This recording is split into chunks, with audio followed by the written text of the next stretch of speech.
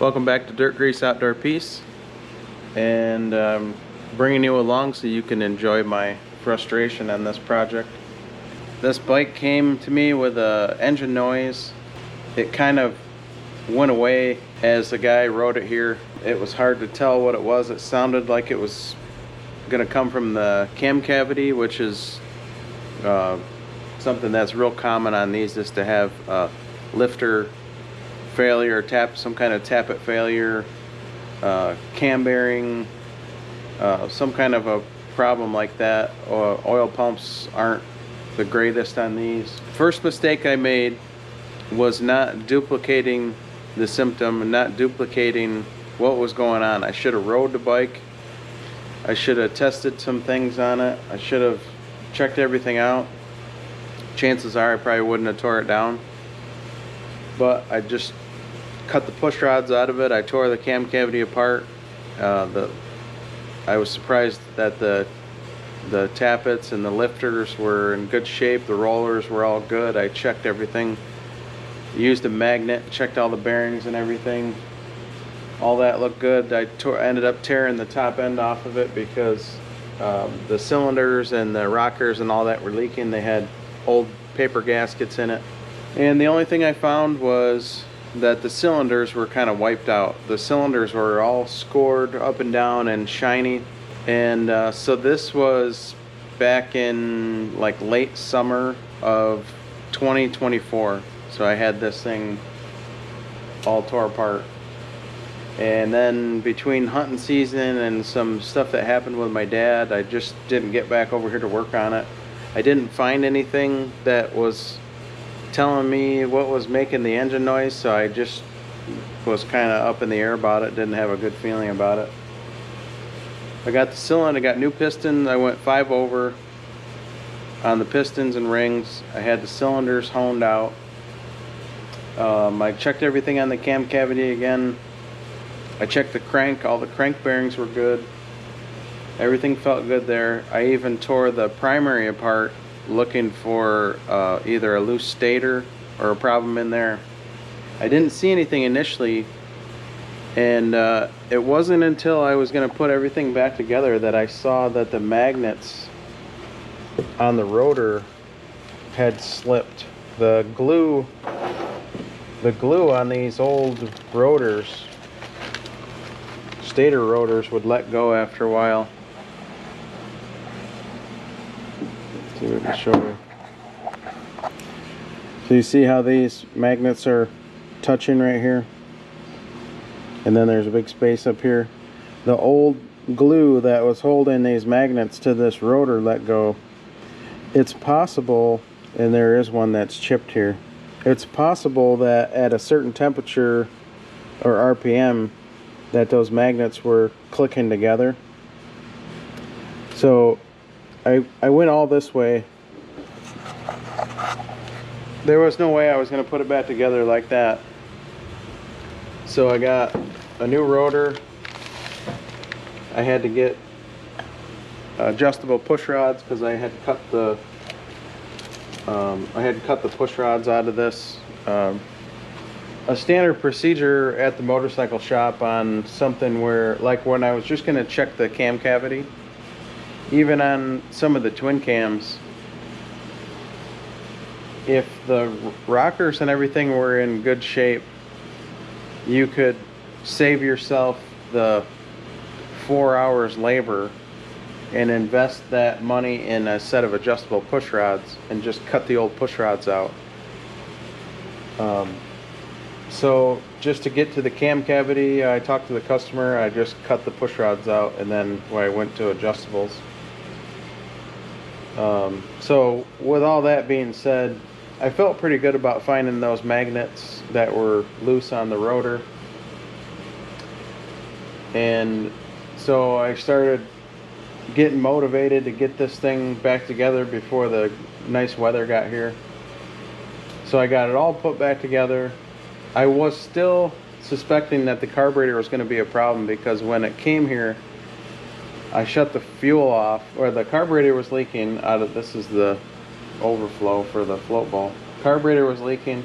I turned the the petcock off, and it was still leaking. So then that told me that not only was the carburetor leaking, but the petcock wasn't shutting off all the way. So I cleaned up the carburetor. I replaced the factory carburetor has a brass fitting here with a plastic piece that's made like cast right on it.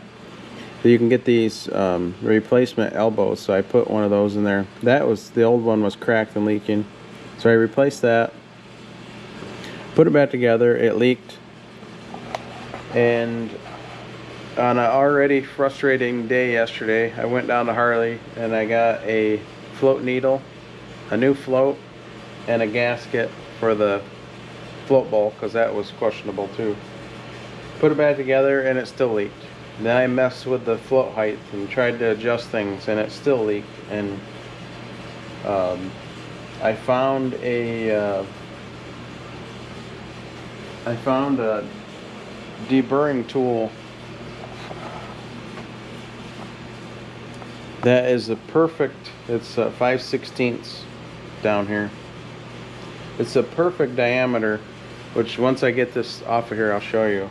It's the perfect diameter to fit in there and stay square.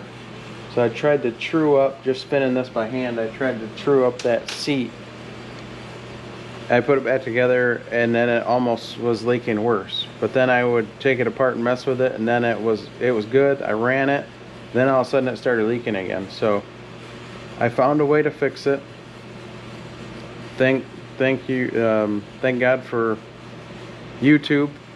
I found a guy on there that knew how to test them, and I just hated to give up on this carburetor. These carburetors are expensive, and to me there's no reason that I can't true that seat up and get this thing to stop leaking, because it's a rubber tipped needle, and that should seal up in there. If that thing is even halfway decent, the seat is halfway decent, it should seal up. So I'll show you what's going on here. So I'm going to turn the fuel on, and that's the overflow.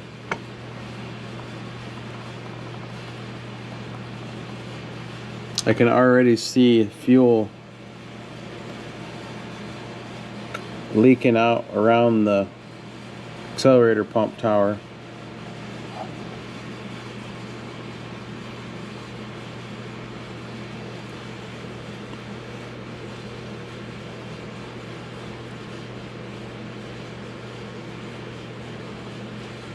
So I already know the float is high, but we'll just give it a second here. The nice thing about these older carburetors is they have a drain. There's a screw that you can get to from the other side of the bike, and with the fuel off you can open that screw and drain the fuel that's in the float bowl. So yeah, see, it's leaking out. It's leaking out around here. So the fuel is slowly creeping up. The overflow tube is actually pretty high in there, and of course today it's going to do something different. But I'm going to shut the fuel off. I'm going to drain this,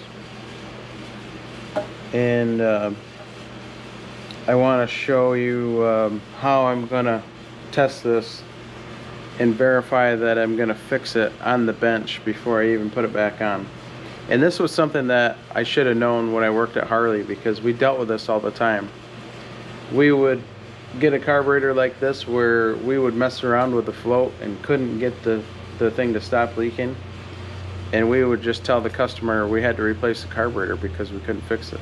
And I knew it wasn't right, but when you're in that industry, time is money, and time is important. So a lot of times it's just easier to replace the part. It's kind of sad to say that, but that's just how it goes. But sorry to be so long-winded at the beginning of this video, but I just wanted to give you guys a description of what I'm dealing with here, and my frustrations with this carburetor here. It's been like a year and a half that I've had this bike, and the guy has been extremely patient and understanding with me and paying for parts and no problem and all that. I haven't charged them a dime for labor yet. So I just wanted to explain to you guys what's going on, because once the weather's finally getting a little bit nicer, if I get this carburetor fixed, this bike is gonna be out of here, and it'll be so nice to have this thing gone. So get this pulled off and get it on the bench and go from there. Thanks. Okay, so here's the setup. Got the carburetor upside down, float sitting there. So I have my Mighty Vac hooked up to the fuel inlet. It's on pressure. So we're gonna see what this thing bleeds off at before I do anything to it. So we're gonna put some fuel. I'm just gonna fill up that little inlet there, or gonna fill up the seat just so you can see the bubbles.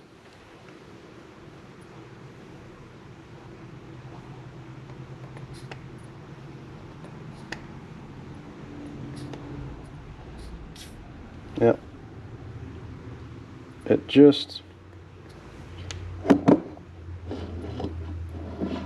hopefully you guys can see that. It's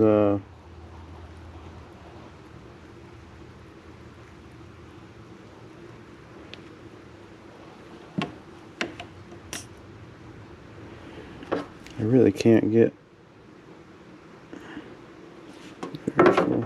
fuel won't even stay in there. There's leaking. It's like 3 pounds, and it's leaking down.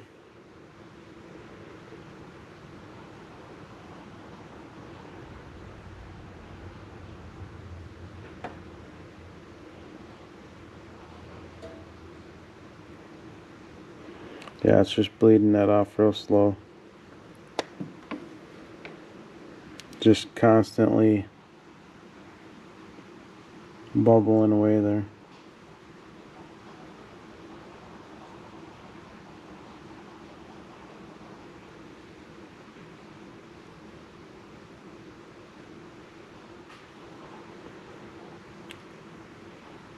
So you can see what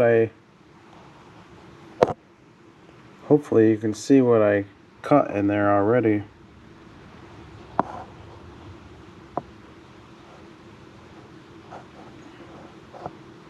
And it made a nice uniform ring around there. So I'm just a little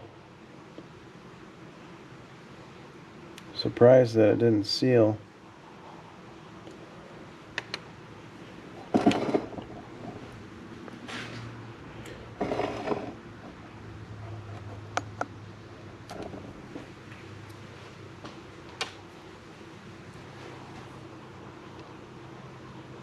So you can see how good that thing fits in there. It's just a perfect fit in there. So I'm staying nice and square. It could be a little sharper on the end. That's the only problem that I have, is that I wish it was a better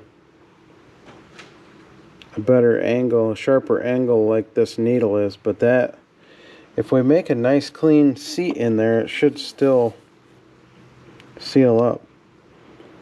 So I'm just going to try to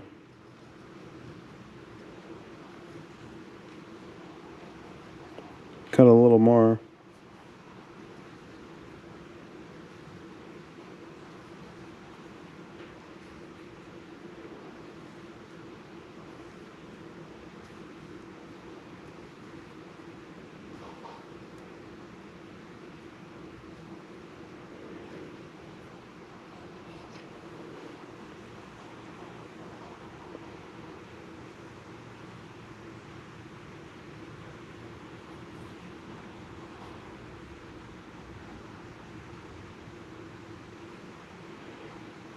Yeah, it's cutting. I can see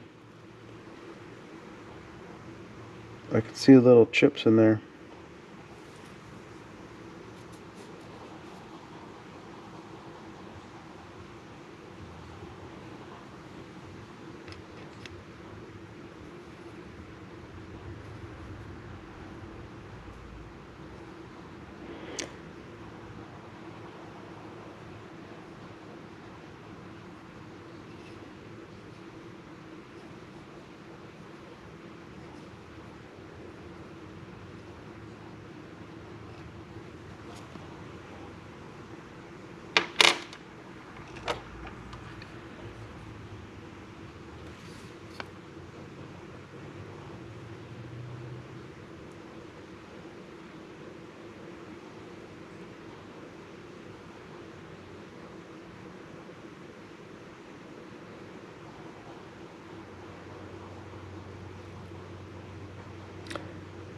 Yeah, it looks like it's off center a little bit.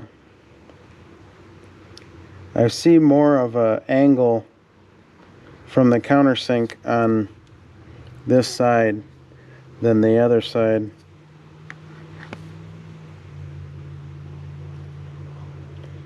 But I think I'll blow it out and put it back together and we'll try it.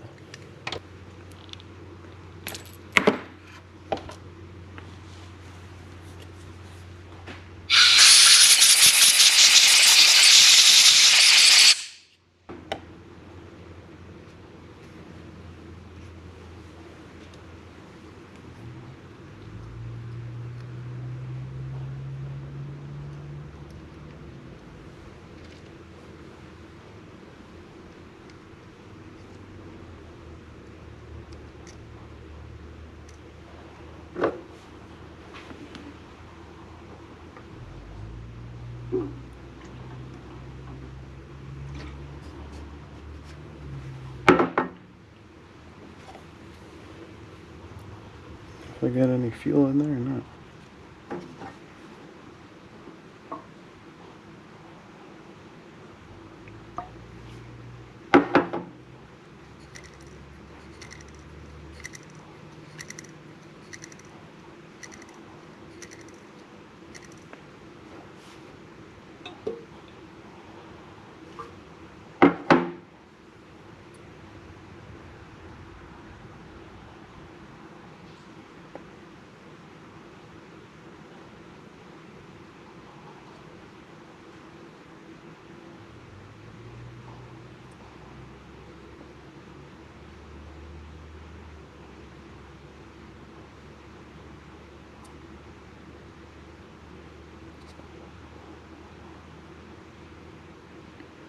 It's holding 5 pounds,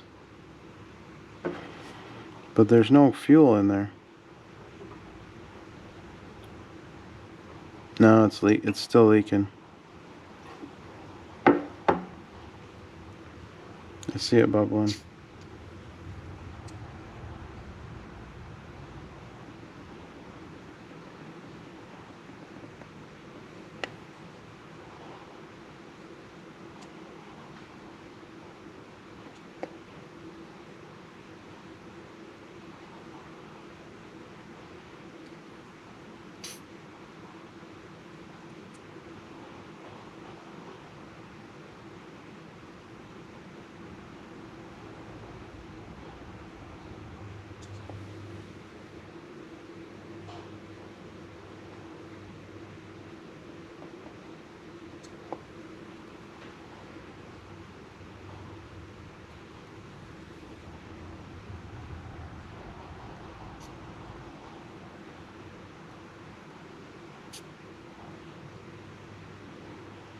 It holds a little bit more. It's holding almost 4 pounds now.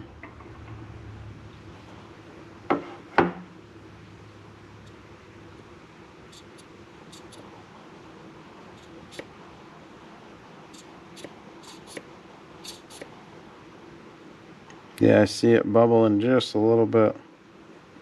Just under.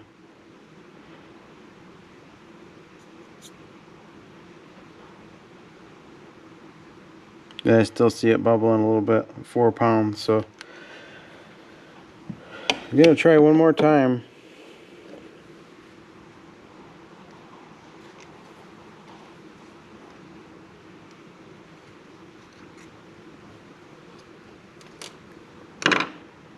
I'll try cutting a little bit more, and then we'll see how it goes. I'll bring it back.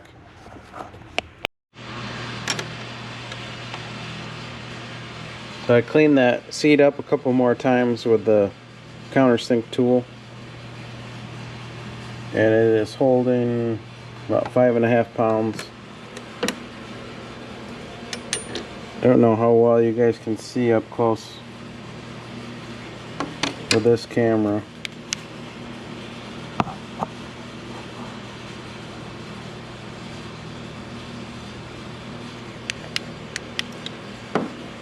Which at 5.5 pounds doesn't sound like a lot, but I had I think I only had, the last time I took it apart, I only had like maybe 4 psi in there, and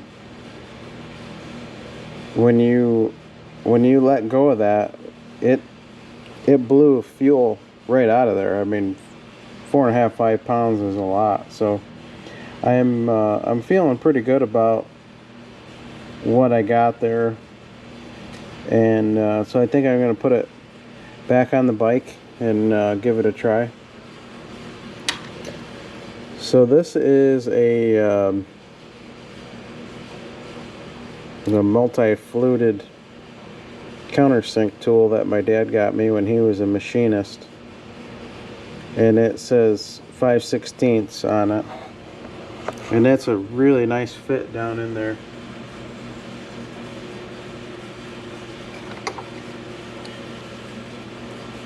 So I just wanted to show you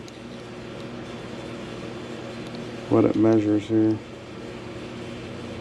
So yeah, it's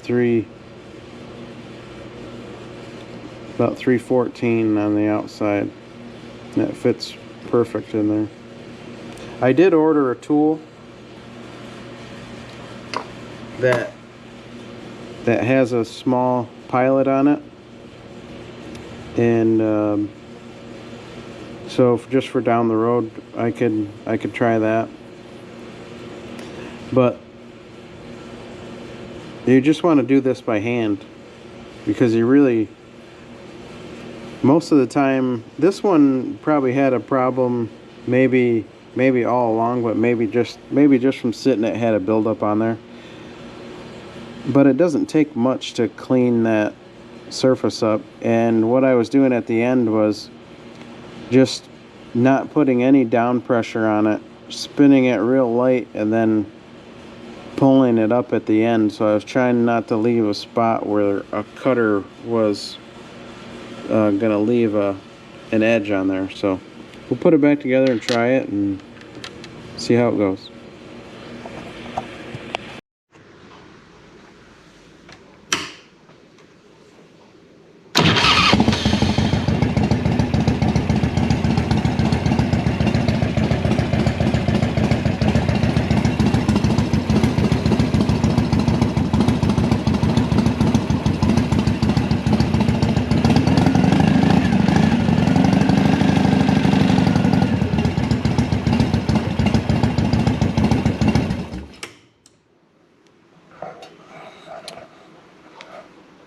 Well, I feel pretty good about that. So far, so good. It hasn't leaked at all.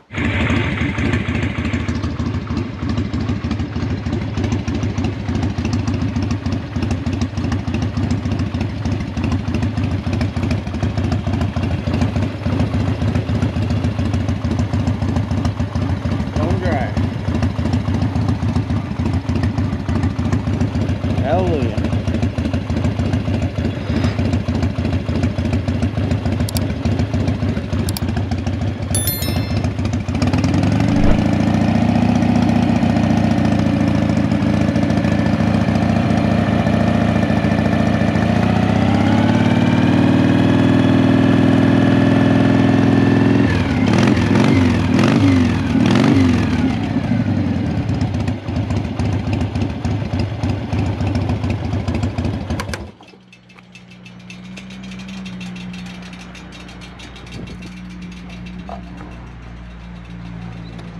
Well, that's it. That fixed the carburetor. I was able to use that deburring tool and clean up that seat. Pressure tested it on the bench. I knew it was going to work. I put it on the bike. I took it for a road test. I left that hose sticking out where I could see it. I let it sit in the garage with the fuel valve on, and it's been good. So I'm happy with that. And everything works. Everything's perfect, except for that left front turn signal. Oh my God.